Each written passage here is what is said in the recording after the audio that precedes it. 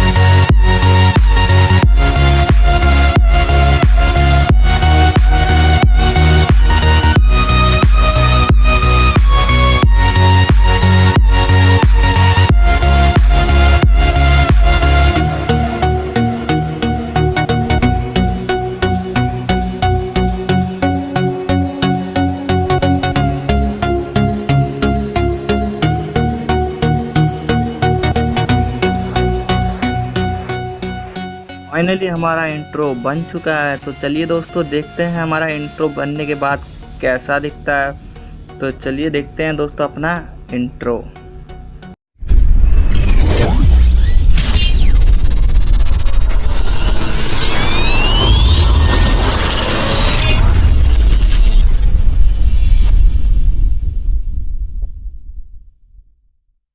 तो हमारा जो इंट्रो है दोस्तों काफ़ी ऑसम बना है। जो ये सब्सक्राइब बटन है ये हमारी वीडियो में चांद चांद लगा देता है।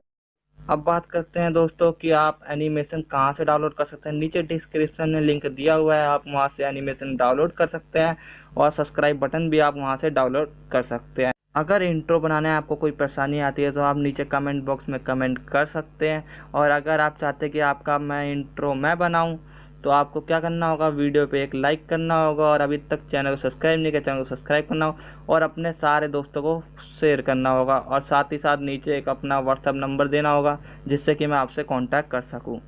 तो चलिए दोस्तों अभी के लिए चलते हैं।